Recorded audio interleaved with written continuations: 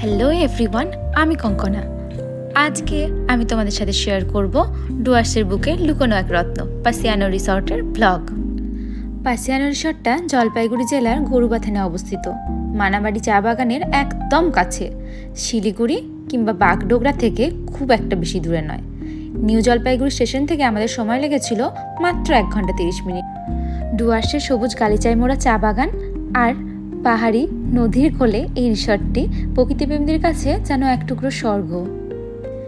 রিসর্টের লবিটা খুব সুন্দর আর ছিমছাম। এখানে চেক ইন প্রসেসটাও ছিল খুবই সহজ। এখানকার রুমগুলো খুব স্পেশিয়াস এবং পরিপাটি। প্রত্যেকটি রুমের মধ্যে king size bed, multi channel TV, mini বার, ইলেকট্রিক কেটেল, সমস্ত রকমের আধুনিক সুযোগ সুবিধা এখানে আছে। আর রিসর্টটির সব থেকে সুন্দর ব্যাপারটা হলো এই balcony.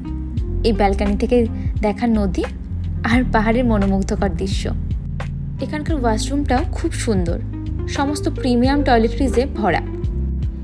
Hair dryer, dental kit, shaving kit, towel, bathrobe, সমস্ত রকম জিনিসই এখানে অ্যাভেলেবেল। এই রিসর্টের রুমগুলো এমনভাবে ডিজাইন করা হয়েছে যাতে অতিথিরা আধুনিক সুযোগ সুবিধা এবং প্রকৃতির সৌন্দর্যের এক অনন্য সমন্বয় উপভোগ করতে পারেন।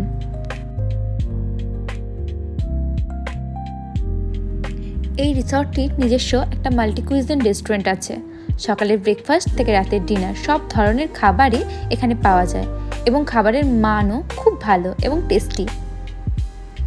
পাসিয়ানো রিসর্টের সুইমিং পুলটা এমনভাবে ডিজাইন করা হয়েছে যাতে সব বয়সের অতিথিরা এটা উপভোগ করতে পারে।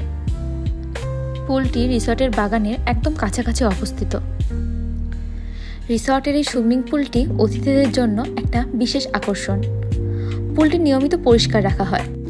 পুলটির চারপাশে অনেকগুলি লাউঞ্জ চেয়ার বা সানবেড রাখা আছে। রিসর্টটির আশেপাশেও অনেক কিছু করার আছে।